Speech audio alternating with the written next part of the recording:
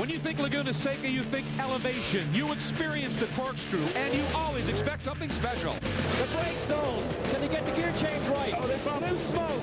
Pass, what a pass. This is all for position. Randy should go up the inside here. Oh, he's in top too deep. Neville off the outside, not side by side. Here he comes. Hey. Get Losey and go. They're going to make contact. Well, that was Brian's fault. That was Brian's fault.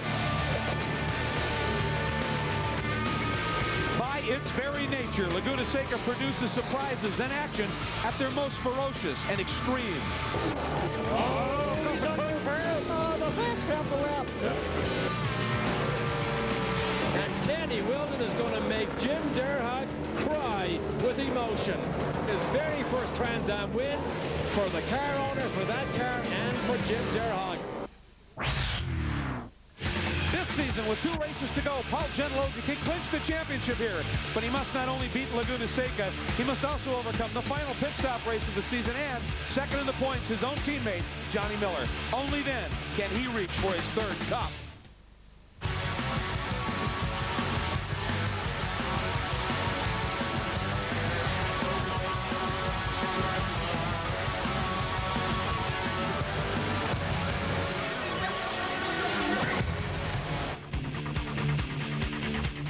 The 2001 Trans Am Series for the BF Goodrich Tires Cup is well and truly winding down. And there's perhaps no better location to hold one of the final 2 rounds from the magnificent Mazda Raceway Laguna Seca in the hills overlooking California's Monterey Peninsula. Hi everybody, I'm Greg Kramer. I'm joined by 89 Trans Am champ Dorsey Schrader. Calvin Fish and Chris Neville will be joining us from the pits. Now the leader in the points, Paul Gentilozzi, comes in with a shot at clinching here this weekend. And Dorsey, you've been in these championship battles. Sure looks to me like Paul's trying to cover all of his bases. Paul's taking this race very seriously, enough so that he's bought an insurance policy, that in the form of 2-time Trans Am champion Scott Pruitt. Now Scott himself, his job's simple: do anything it takes to get Paul his 3rd championship. And Dorsey, it certainly hasn't taken a lot of time for Scott Pruitt to show he is ready and willing and able to do exactly that. Now the tale of any championship is always told in points. Take a look at the top 5 in points, and really it's the top 3 in points. Only those top 3 have a shot at it. Some of the machinations could get very complicated. To make it very simple, Gentilozzi has to worry about 2 numbers, 14 and 34. If he finishes 14th or better today, he eliminates Simo. If he finishes with 34 or more points over Johnny Miller, he leaves with a championship. So all he has to do is finish in front of Johnny, whether it's by 1 spot or by 10 spots, he leaves here as a champion. Now, he got some of the business done in qualifying. We're going to take you back, take a look at some of the highlights from qualifying. Much like Mid-Ohio, it all started with Tommy Archer. He's got new sponsorship from Control Concepts. It's lit this team up. He turned 2 laps quickly early, and they were very fast. But Paul, he's feeling the pressure. Paul was way down the qualifying grid, trying really hard, too hard, went off the racetrack, got into the gravel. And look at this guy, another guy trying way too hard. Brian Simo off and into the gravel trap. His hopes for a pole over. And believe it or not, that wasn't his worst moment of qualifying. Morris said, though, turned a great lap, jumped to 3rd. It held.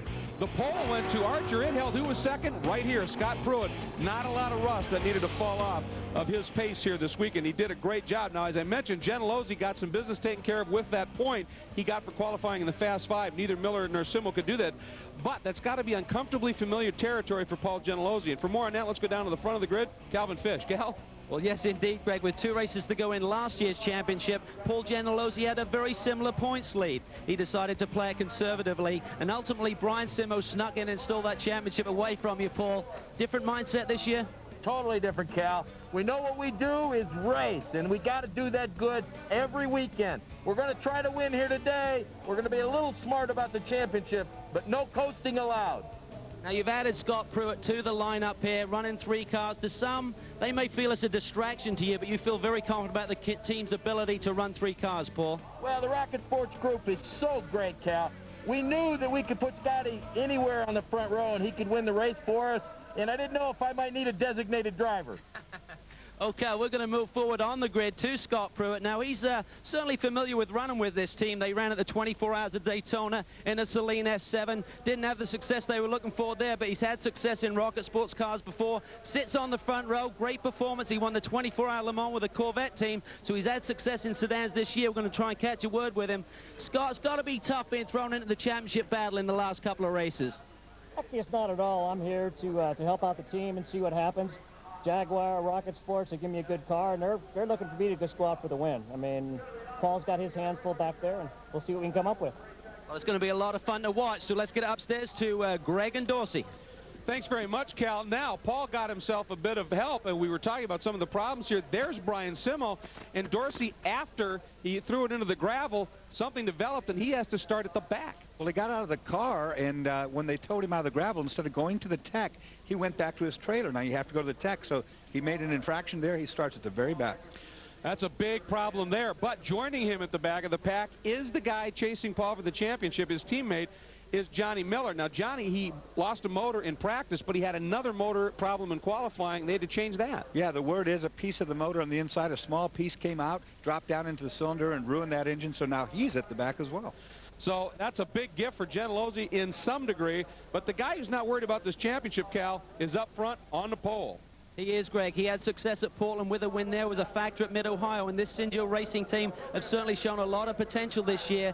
And Tommy, you're out of the hunt for the championship. I'm sure race wins are more important to you right now.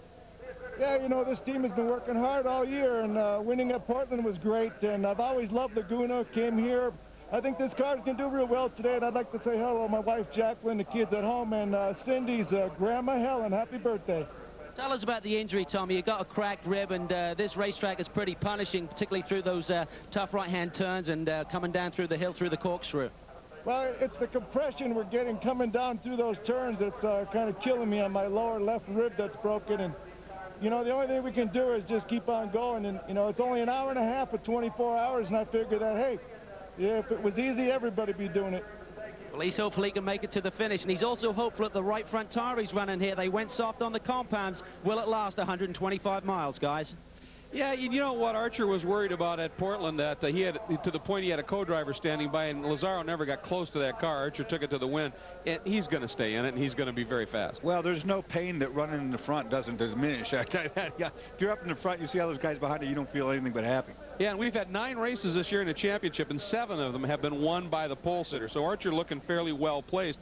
Interesting little historical note here. The first winner here in Trans Am at Laguna was Mark Donahue in '69 driving a Camaro. Last winner last year, Kenny Wilden in a Camaro. And no driver in today's field has ever won a Trans Am race here. For the 9th time here at Mazda Raceway Laguna Seca, and the 10th time this season, the Trans Am machinery are off on the first of 2 pace and parade laps. And we want to get you right to the starting lineup here.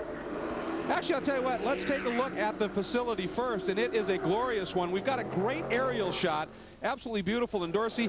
It's a beautiful setting, but it doesn't really give you a feel for the hills. There's nothing like running up and down the side of that mountain right there at well over 100 miles per hour. It doesn't show on the camera, but it's exhilarating. Now, that climb starts over there in the turn 4 area, and it goes up through turn 5, 6, 7 to the infamous corkscrew. That's where it falls off the face of the whole planet, and you go plummeting down through Rainy Curve 10 there and into 11, the tightest hairpin onto the course, onto the front straightaway. Now, it's a very wide racetrack, a lot of passing opportunity, very fast.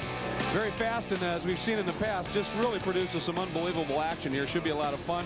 Now we'll bring you to that starting lineup, and we've alluded to some of it already. There is Tommy Archer, his 2nd pole of the season on the inside of the front row, joined by the 2-time former champ Scott Pruitt. Boy, very impressive in his speed early.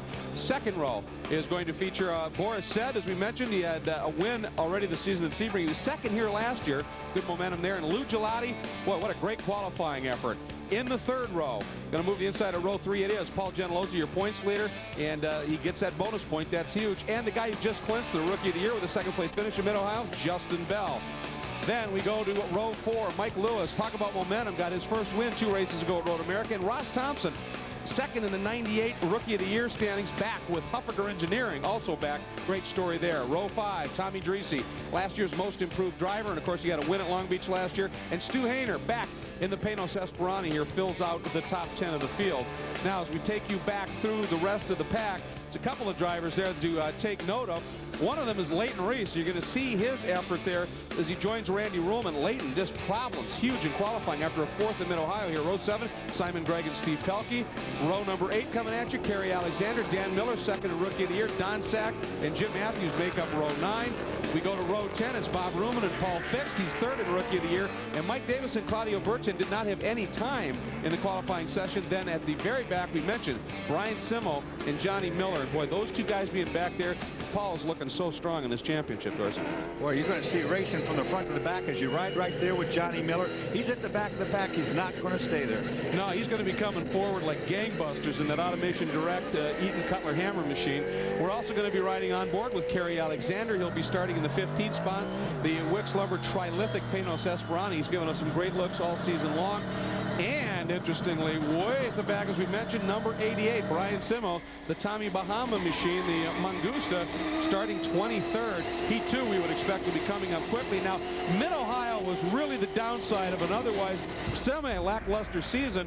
He did win at Sears Point, but it all went wrong here. Look at the start at Mid-Ohio. There's John Bockham. He's way off in the grass, and they thought it was Brian Simo. Bockham goes shooting by right there. His car, number 86, and it's yellow. Some confusion. Well, that looks almost like an 88, but there is the 88. He got the stop-and-go penalty. He didn't deserve it, and it really, really hurt his championship. Now, he'd only qualified 10th. He was struggling anyway. The Trans Am Series apologized profusely, but there just wasn't much they could do about it at that point, so Brian Simo is struggling a little bit. Here's our race analysis, 56 laps, and it is a mandatory pit stop event, so it's up to 125 miles in length. You have to take on a minimum of 6 gallons of fuel. Every car's got to stop for 6. They'll check that. Pit lane speed limit is 45 miles per hour, and it's a long pit lane, and that feels really slow when you drive. And Calvin Fish, those extra 25 miles seem to have a lot of people scratching their heads regarding tires. Well, there's big strategy going to play out here this afternoon. BF Goodrich offered 2 tire options. The soft option, which is the 200 compound, the hard option, the 75s. Most of the field went soft, particularly pole sitter Tommy Archer. He's concerned about the right front. The Rocket Sports cars, all 3 are on the hards. The 75s all the way around. But Gilotti, Davison said, concerned about traction at the end. Soft on the front, hard in the rear. Lewis soft on the left side, hard on the right. It's a real gamble out there this afternoon, and strategy is going to be the key with the pit stops as well for fuel, Chris Neville. Yeah, guys, I said it at Portland, and I'm going to say it again here. If you're a front runner, you cannot have a pit lane infraction. Most of the front runners at the 2 pit lane races did have penalties that brought them back into pit lane. They cannot do that, as that has played an outcome in each of these events. So you have to make this a one-stop race. If you do, I think you're going to finish up front. Well, we've certainly seen that very scenario play out. By the way, there have been 6 different winners in the 9 races this year, so some great equality, if you will, between drivers, and some different marks we've seen up in the hunt in practice and qualifying. But it's been Jaguars. They've clinched that manufacturer's championship, Dorsey, with a strong showing this year. You know, that tire issue shows everybody is guessing on what to do, and what I would be really afraid of is Rocket Sports cars. They're not only really fast, but they're on the very hard tires. They could be very strong right to the end. Here we go. See some brake lights as Tommy Archer slowing them up a little bit. Coming up, looking for the green to get the race underway. And it flies. We are underway with the second to the last round of the championship. Oh, trouble, but Justin Bell just got... Oh, and behind him, that is, I think, Alexanderov. Don Sack involved. That's maybe Paul Fix, the red Mustang on the right. So it looked like everybody checked up with that incident you were talking about, and then everything went up, and that is... It's Kerry Alexander on board, and you're seeing the underneath of a car that he's stuffed under right there. That's what that looks like up against the wall there. That all is a reaction probably to what was going on with Justin Bell getting tagged in the 40 car. So we immediately end up with a full course yellow here, and we told you this racetrack always creates something, and there's Paul Fix trying to get that Mustang going again. Doesn't look, Dorsey, like he really got into anything, and if he did, not hard, but he stalled it. Actually, I think Paul Fix might have had a sympathy spin with nowhere to go, just put it around backwards. I think you're right. At least on this angle, it doesn't look like he's got a cone under the front tire there, but that'll fall out if he gets it going. Well, Dorsey, let's go back, take a look at what happened. It's coming right down into the Andretti hairpin after the green. Look at the orange car. That's the 40. It's going to get hit right here. That was Mike Lewis got in the back of him. But now look behind, stack up. Oh, and Alexander all out of control. He might have got hit by Paul Fix. I'm not sure, because I see Fix up there in that same proximity. But boy, that's where it all goes bad right there. Well, yeah, it did it too. It looked like everybody just checked up. That was also Steve Pelkey, the number 45K manufacturing machine, that got squirrely. Ross Thompson involved in the Huffaker Engineering Jag. I mean, everybody gotten squirreled up here. But there's Alexander. There's the good news. He's peeling the helmet off and chatting with the SCCA rescue team and the like. He looks fine. He did the right thing. Just waited until everybody went by him and got under the control of the yellow. That looks like Don Sack right there. Don Sack, you see him. He's checking out his car. He wants to see if he can still race, I think. So that's pretty interesting. Now, we mentioned that Kerry Alexander is one of our onboard machines. So, Dorsey, let's go back and take a look at it from his perspective. Well, watch. It's going to happen up over past this bridge, and something happens to Kerry. Maybe he got tagged. I heard him say right there to the corner worker that somebody turned him. We'll see if he does. Now they're breaking in front. See, something happened right there. He goes over, hits Sack. Sack is out of control. Hard into the wall here. That was a serious impact. Well, he wiggled. You see it wiggle. Yeah. Now, I don't know if he got tapped at the back or if maybe the thing just broke traction because it's on cold tires, remember. Well, we saw Lewis just nudging the back of Bell, and that caught out the silver number 7 of Thompson. He got squirrely. This is real time now. Now listen to this.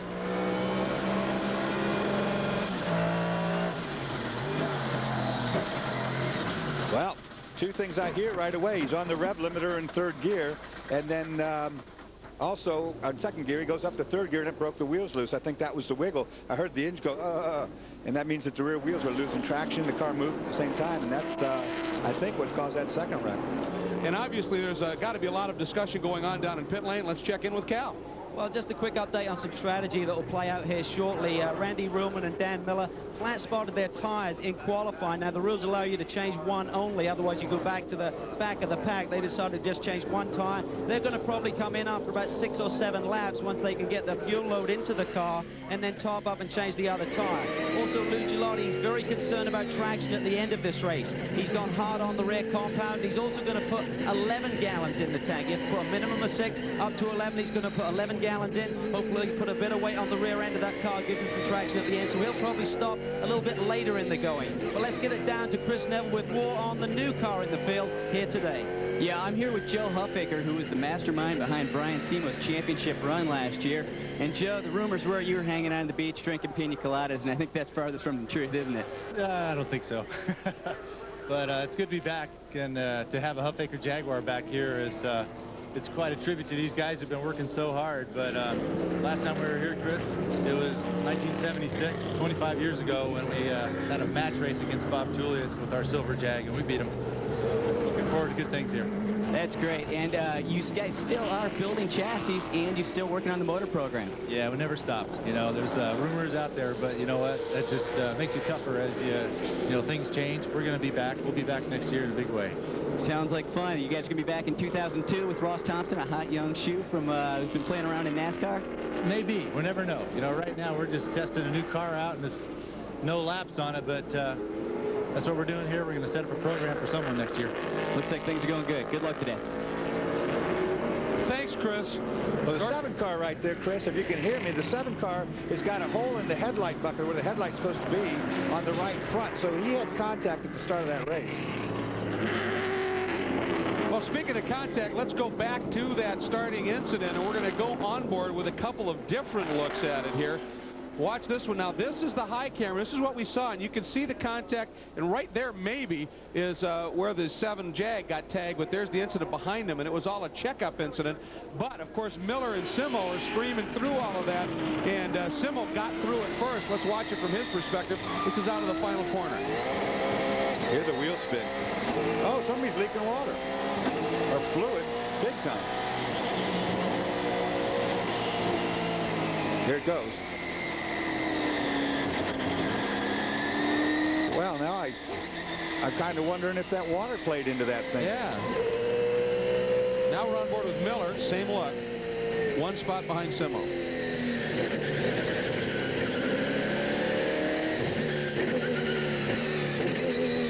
Boy, no debris for them to have to deal with. Let's go back on. This is Alexander. This is real time. Well, I think that was brakes. I saw that the up 2 rows in front of him, there was a Corvette that locked his brakes up for a minute. I think Kerry jumped on the brakes, and that's what set this off. Are they utilizing the water-cooled brakes here? And could a reservoir have erupted and caused somebody to slide? Well, there was a lot of, it could have been also fuel vapor overflow. Yeah. I don't know, but there was sure a lot of fluid on Brian's car. There is Don Sack. Obviously, that car not well enough to continue, and you can see he did have pretty good damage to that left rear tire where he and Alexander initially got together. Well, poor Don was just a recipient of being in the wrong place at the proverbial right time as he got tagged. Don was once again carrying a picture on the hood of his car. Amber Garcia, who's been missing since 1988 when she was only 7, hoping to get some exposure and maybe have the same success that they had in Detroit in his World Challenge program when young Tori Wollinger's picture was noticed, and she's now been reunited with her dad. So Don Sack doing an awful lot for humanity, not just look at Boris. Racing. Look at the look by Boris. And Pruitt having none of it, moves right in front of him. Bruce was, yeah, he was drifting over, but look at Boris again. Thought about it for a second into Andretti hairpin, but tucked right back in behind, and there's Gelati right there. Look at Boris now starting to get up underneath Pruitt.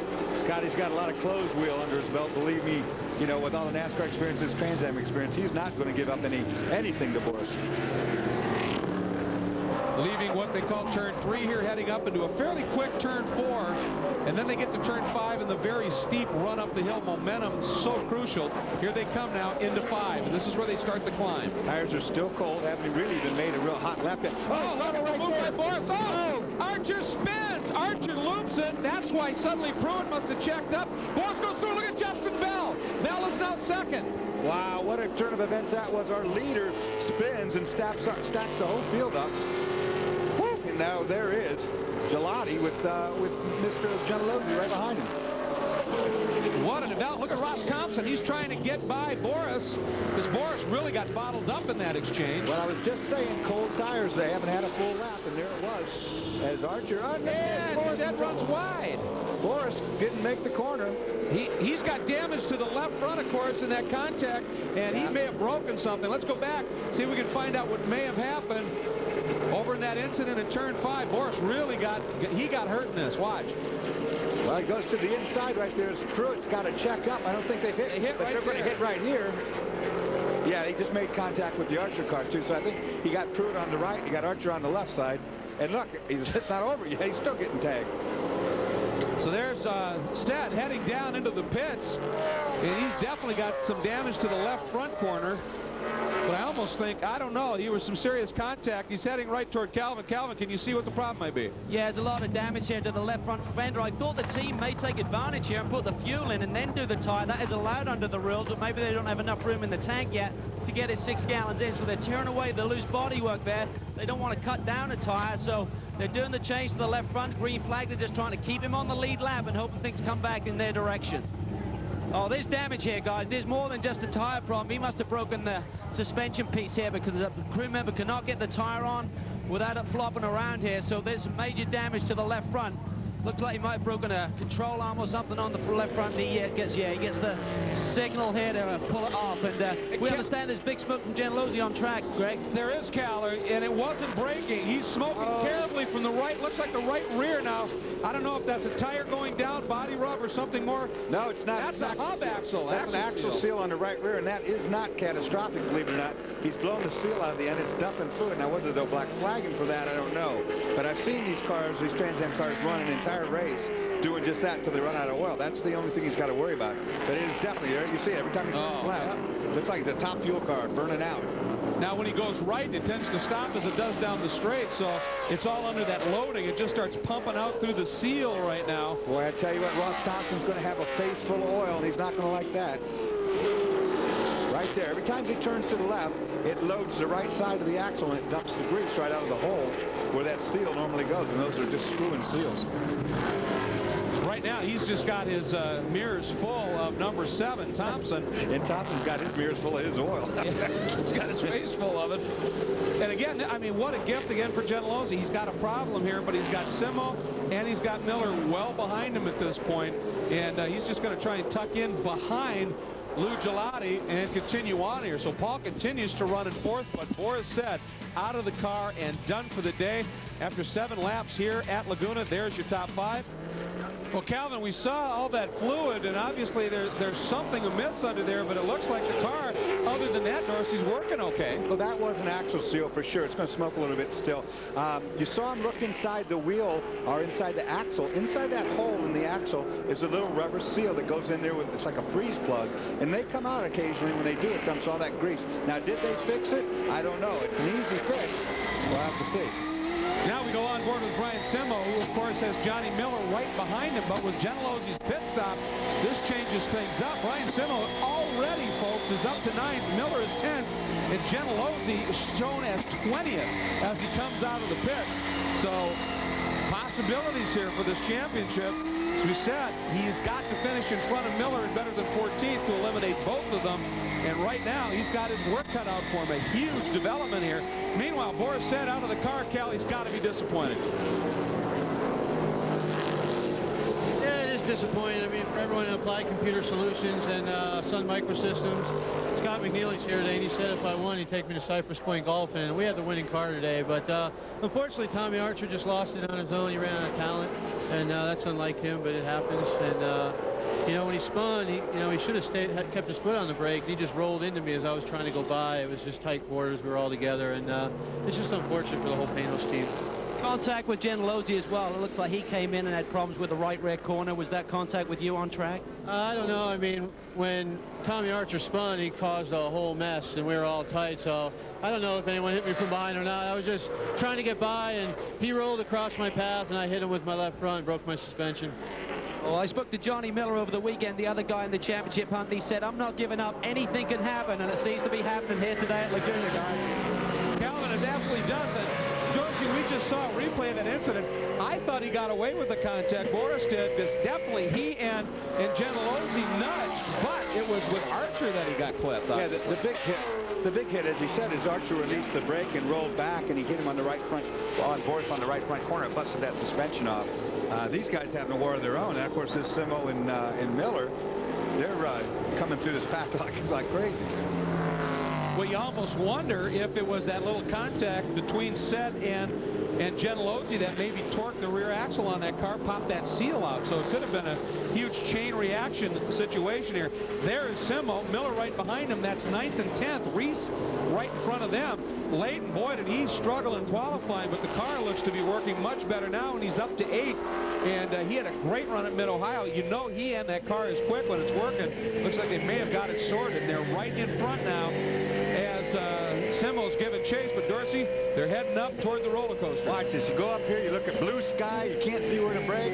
You know it's somewhere in here. You brake, and then you got to turn left. You can't see. There used to be a tree on the outside. You aim for that tree, they cut the darn thing down. Now you just hold on for dear life. It's like a roller coaster, but you can fall off this one. And this is the turn, the rainy curve that Tommy Archer says is one of his favorites because you go through it so fast, it's still falling away. It's a little off camera. He said you're hanging on, and the adrenaline rush is huge, especially after the corkscrew. Those two turns there are the kind of turns that when you're driving, you know that if anything goes wrong, it's going to be absolutely huge. You see Brian Simo working to the inside. Oh, missed gear right there by Johnny Miller. He missed. He went up 2 gears instead of 1. Look how much it cost him. Oh, it cost him big, and Simo was definitely trying to take a run at Reese. Down into the Andretti hairpin, and Reese floats a little wide. Yeah, well. Oh, look at him shut the door, keeping Simo at bay. And that allowed Miller to make up some of that ground, because that cost both those guys. Right in front of Reese, by the way, is Stu Hainer in the Esperante. It's great riding on board with Johnny Miller, looking at this race in front. It's like being in a race car. I can tell you Johnny Miller's a little loose, because I hear his engine spin up coming off the corners. He just gets a little wheel spin. That's not good this early in the race. Well, he's running those hard compounds, and they're going to take a little bit longer to develop heat, possibly than the guys on the soft compounds. In theory, he's got full fuel load on right now, so he should have maximum rear weight. So getting wheel spin at this part of the race isn't a good sign. Watch this now. You climb up the hill, building speed. You get up over 140 miles an hour. When you go into that bridge, you can't see anything but blue sky. It's awesome right here. One more time over that little rise. Make the left-hand turn and the plummet toward the sea here at Laguna Seca, one of the great tracks of all time. The Rocket Sports pit, they're preparing to do work if they need to. They're hoping they don't. Pruitt, your leader in Trans Am.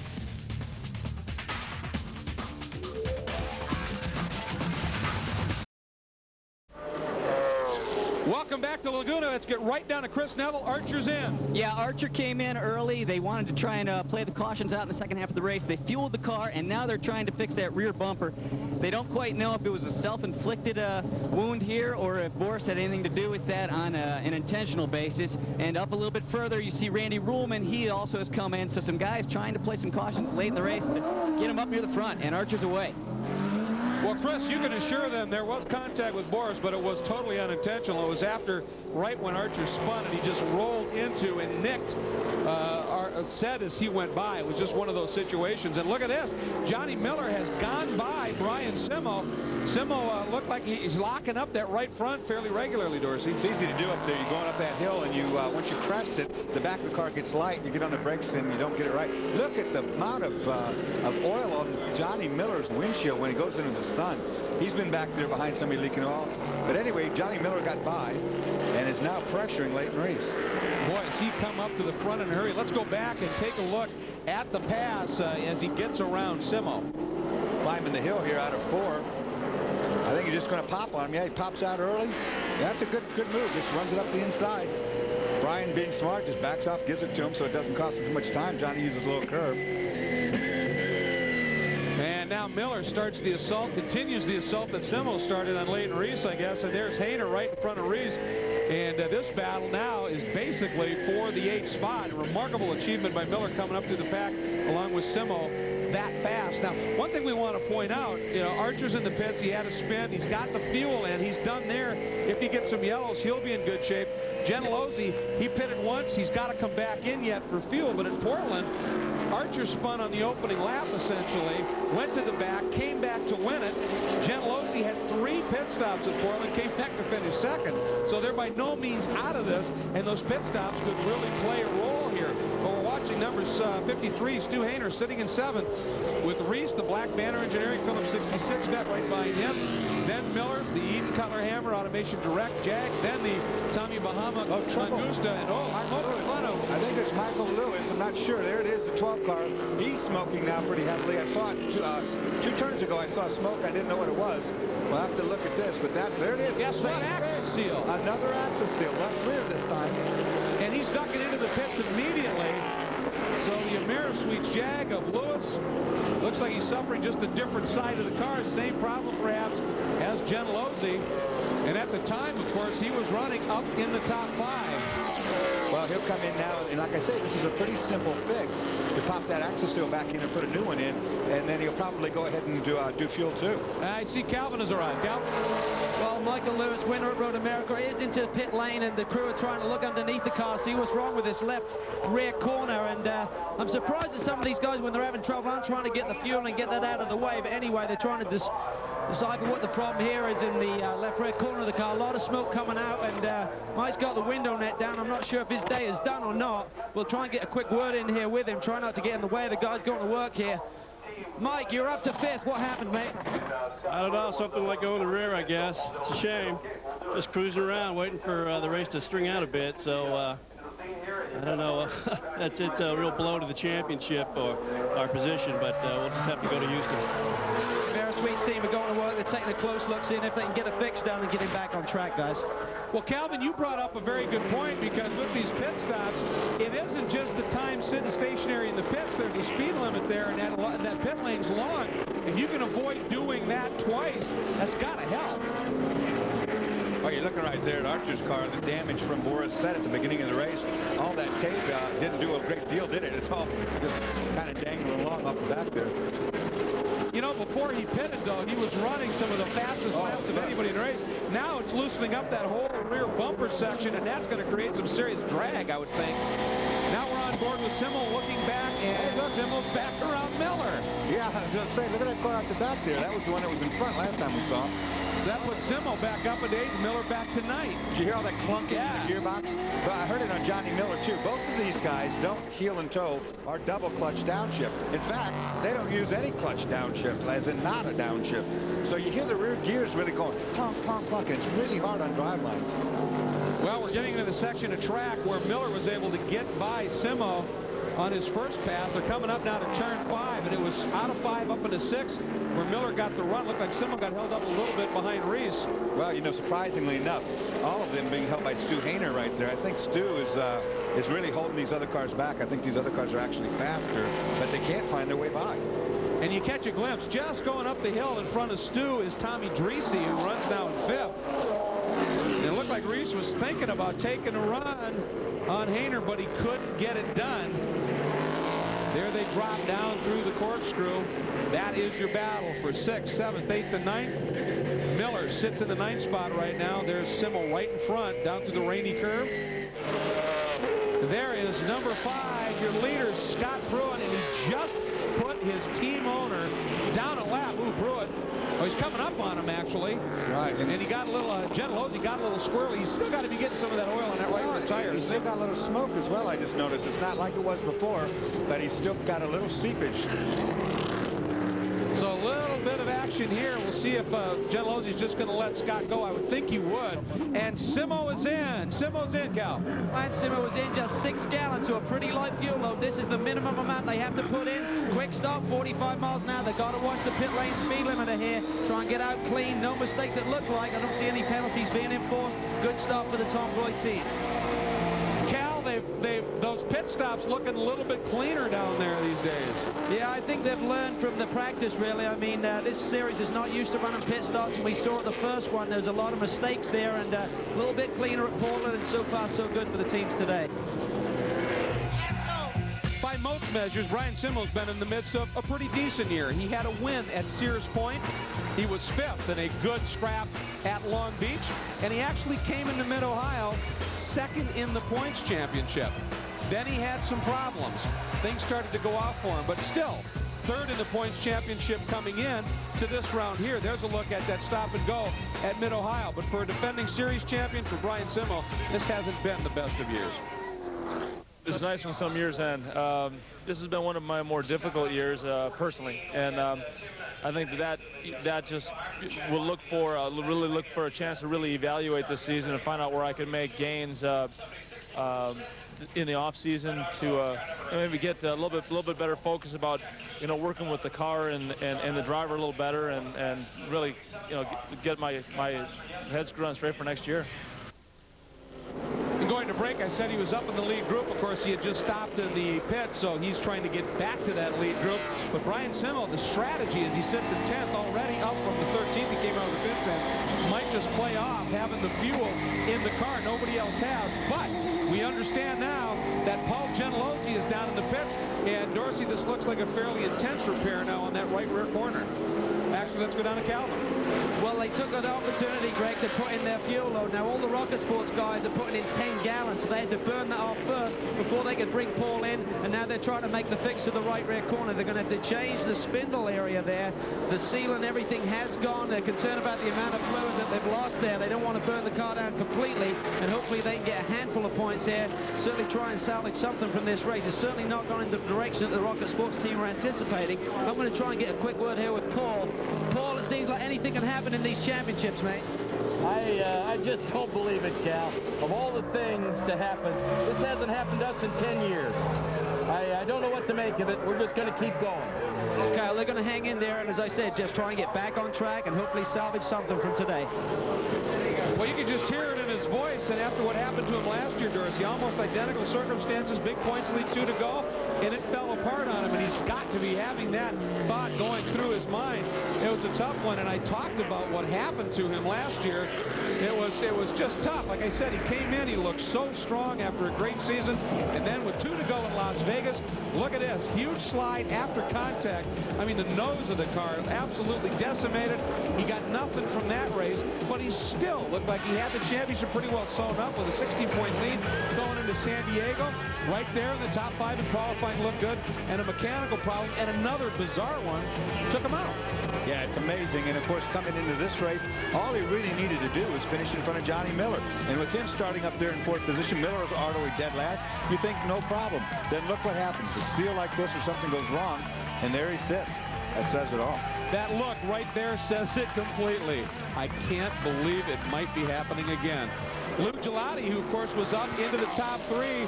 Gelati is in, and it is straight fuel. He is taking the fuel on, so he'll be the second one to take fuel. Simmel, of course, did the first one, and that will be paying off in track position later in the race when everybody makes their stop. And Gelati, remember, he wanted to run as long as he could to keep as much fuel in that car. They took on, what was it? He said a full 11 gallons was the report. So that car, he wants to keep as much weight on those rear tires as possible throughout the race. Now you heard that the Rocket Sport guys are all going to take 10. So there's Pruitt. Justin Bell not that far behind in second place. Well, I've been watching now. Scott Pruitt, his last lap, folks, just turned the first sub-130 lap. He went at 1 minute 29.7, but Justin Bell at a 130 flat almost. So Justin's responding. By the way, Pruitt is the 9th different driver to lead this season. And as you take a look there at Justin Bell, that Justin Bell GT Motorsports Experience Corvette from Jim Durhock's team. And remember, he's second here. Remember what happened, and he's coming in. Justin Bell, if he could win with this car, of course, would give Jim Durhock his second win in his career and the second at this racetrack. He pulls in and stops. Looks routine so far. There's the fuel dump. It's going to be fuel only.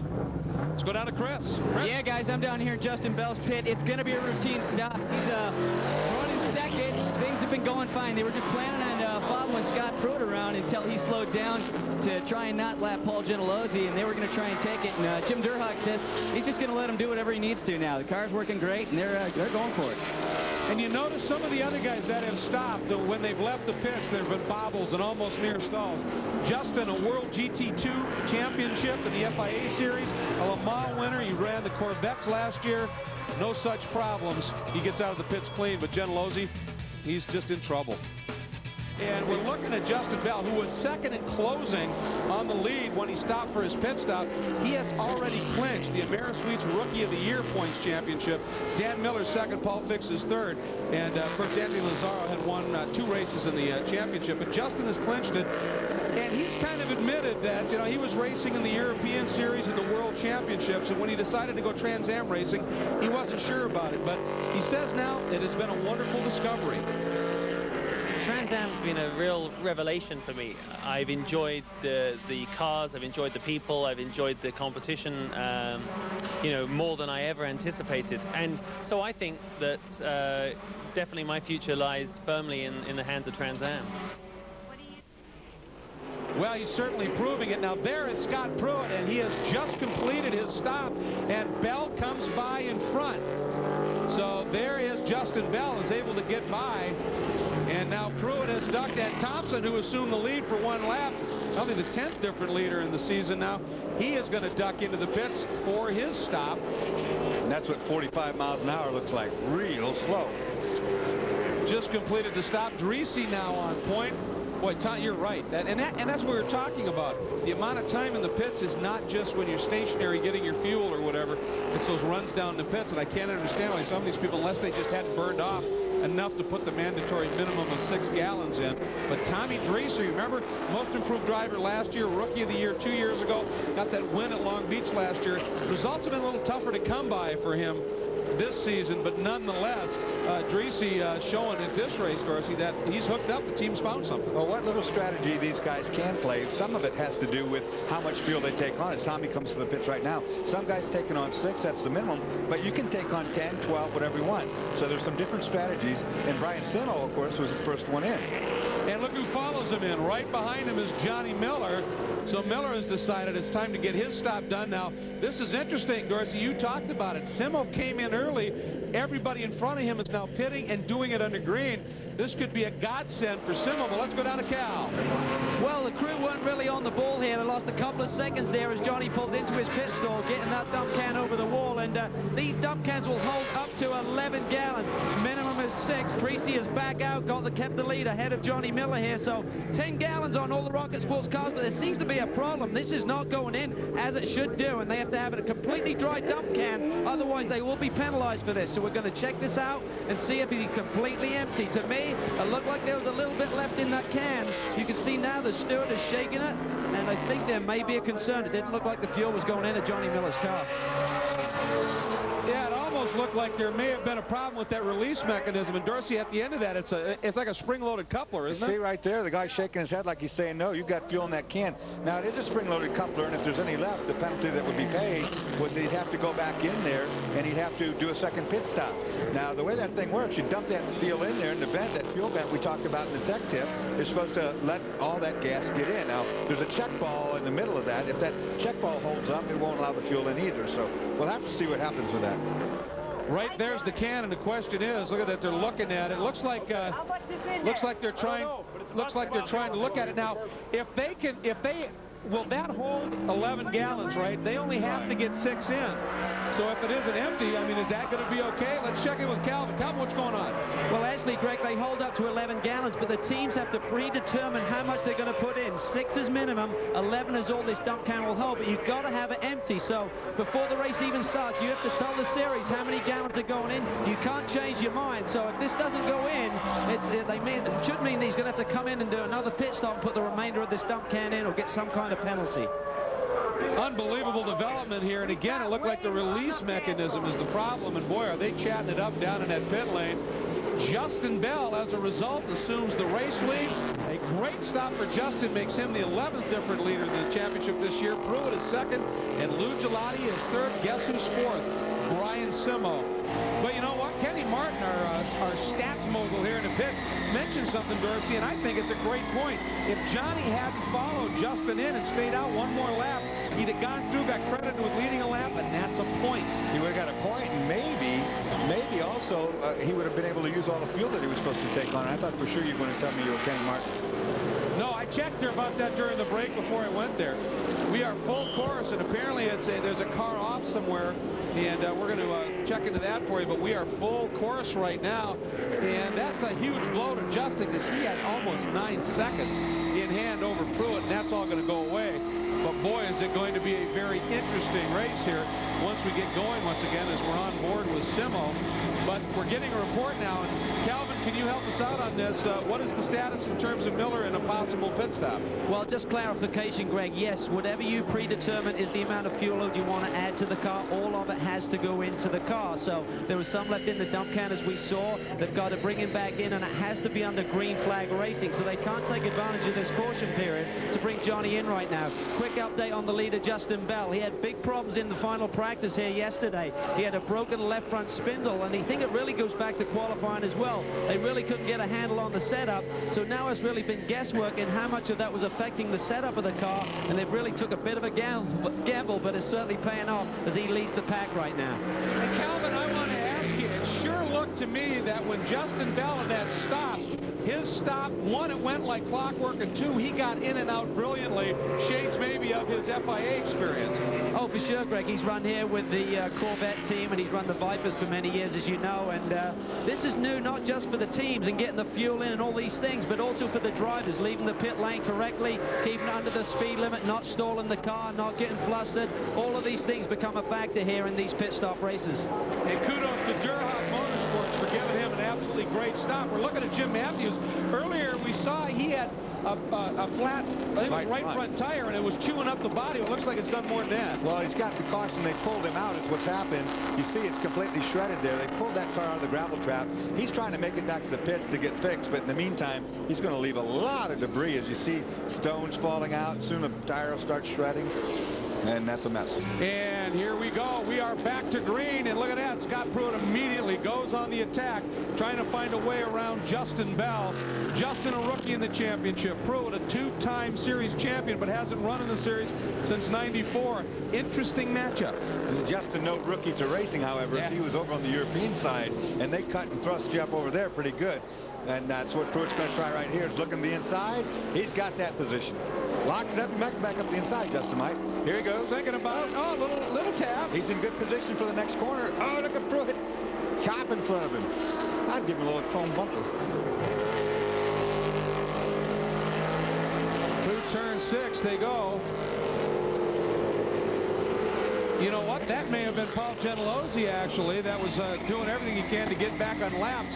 And that may be why he let him go through so clean. Yeah, that was Gentilozzi. Yeah, it was. By golly, that's the 3 car. Meanwhile, on board with Simo here. Look at this as he's trying Gelati. This is for third.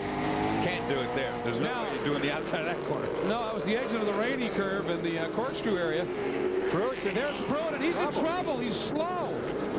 He's slow, and he's got a flat right rear tire. Right rear is cut down. Pruitt is now headed for the pits. And Simo's third, maybe second, actually, with Pruitt's problem. Simo got underneath Gelati.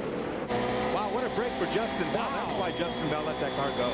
There was no reason. He already knew Pruitt had trouble. And here comes Pruitt into the pits. Now, Pruitt, of course, not a factor in the championship. And meanwhile, Johnny Miller is also coming in. There's his stop and go for not getting the amount of fuel in. He's away, and Calvin Pruitt, who looked like he might be in with a real shot at a win here, big problems. Well, he reported that the car had gone loose on him right before that caution period. They thought it was a tire issue, and they thought the caution would help him. But as you can see, completely flat, shredded it. He's got a lot of experience. Hopefully he got it back to pit lane without damaging any of the suspension. We're watching here what happened, and you can see Pruitt is all kinds of lockup at the back of the, he's actually, right there. It was the right front is what's happened. So the left rear is down, and what it's done is it's taken and put all the weight to the left rear, and it locked up that front end real bad. But it's got a slow puncture, and by the time he got back to pits, of course, it was completely obliterated. So he's dropped way back in this scenario now, and he's going to be in full chase mode. It was interesting. We, of course, thought that was Pruitt going after Justin Bell, and I think Justin may have thought so too. Then when he went by, he saw it was 3, not 5, said let him go. So Justin leads now. Simo is now second. Tommy Dreesy is third. Ross Thompson is fourth, and Leighton Reese now up in the fifth. Well, that guy gave Gentilozzi one of the 7 laps back that he was down. He's now 6 laps down. Long way to go, and Pruitt needs a caution to be a player in this thing. And you know what? This point scenario is getting really interesting, because right now Miller is laps in front of Gentilozzi. So that probably, unless Miller breaks, that championship issue is not going to be settled. And if both of them score way back and Simo is able to get by Bell and win this thing, who knows? This could be very interesting come the end of this one. There's Brian Simo, but there's your leader. That's the margin at the front. And they are hammering down through the corkscrew here at Mazda Raceway Laguna Seca. 33 laps complete. There you go. As we go green, Johnny Miller only 31 back. And remember, I said the magic number was 34. So Miller's still in with a shot. He'd love to move up a little bit more. Meanwhile, we are green. There is Bell, chased hard by the yellow Mangusta and Simo. Bell got out of the Andretti hairpin very nicely. Opened up a little margin, but now Simo, under braking, closes it up again. Dreesy right behind him. Then the silver Jag of Thompson. Then the black vet of Reese. That's your top 5. There's Dreesy. Watch him now. That's the exit of 4, heading into turn 5. And Bell's engine seems to be working very effectively, and this is where he looks pretty strong, but boy, Simo looks so good in the corkscrew and rainy curve. Well, it's a classic fast in, slow in, fast out. You see Justin slowing the car down more, getting into the corner, but every time he gets to launch out of there, it leaves Simo in the dust. Simo looking up the inside right here for the brake zone on the top of the hill. Boy, he was. He took a look, but Bell wisely covers, and as they drop through the corkscrew, it is still Justin Bell in front of Brian Simo. Let's take a look at the points as of now. There it is. Gentilozzi looking really strong, of course, but he had to leave with 34 points. He only has 31 in hand if it were to finish like this. The sad story for Brian Simo is you think, well, he's only 8 points behind Miller. He's in with us, especially if he wins.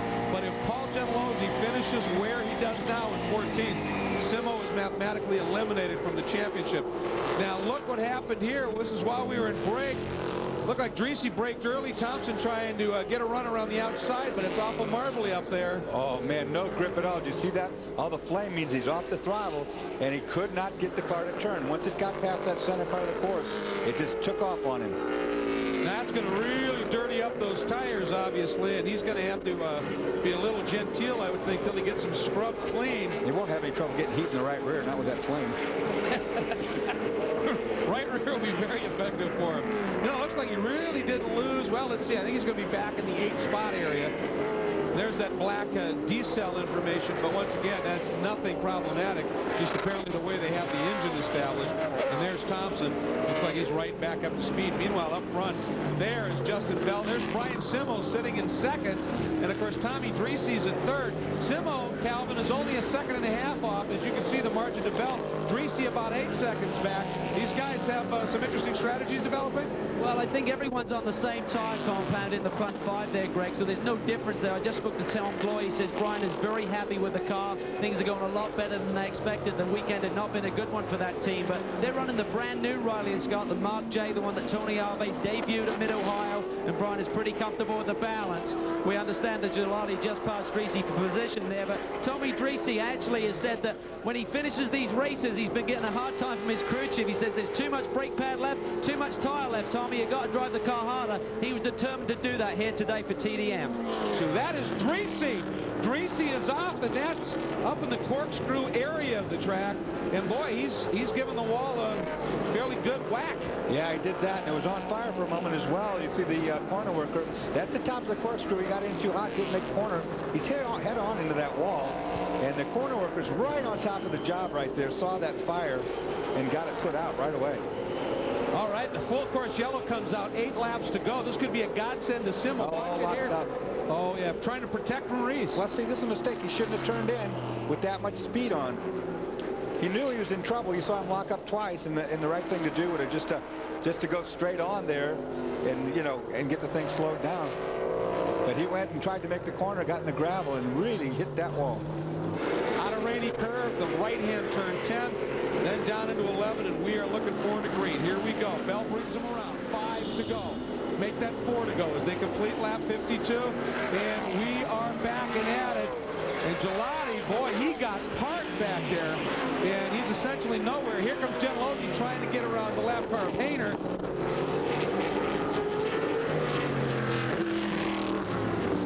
Long turn 3, then up into 4.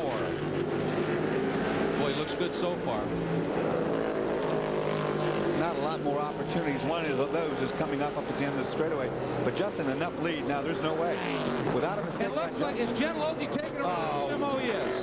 Now, why would he do that? No, that just... Well, Justin Bell's going to get the win at this stage unless something happens. And I don't know whether Simo just said, well, what the heck. I can't imagine he just let him go, but maybe he's just had enough. Well, you never would let him go on the last lap because you could always hope that the pressure would make him make a mistake. You know, like I said, when you're running at 10/10 with a lap or two to go, you're trying to win a championship. You don't need the distraction of one more thing. And that's what Tom Gloy will be completely furious about now, I guarantee it. But let's point out one thing. Justin Bell, he had his first podium at Portland. Then they had the rain race, and that, of course, is such a mess up sometimes. But then he had second in Mid-Ohio, and look at this. One turn onto the front straight. Justin Bell, already the AmeriSuites Rookie of the Year, puts together win number 1 in his rookie year, claims the win. Look at Derek. He is jazzed. And there's the Durham crew, 2 for 2 at Laguna. What a moment for that team. What an event. 7 winners now in the 10 races of the championship. The 5 most recent races have had 5 different winners. And it is, once again, a Durham repeat here at Laguna.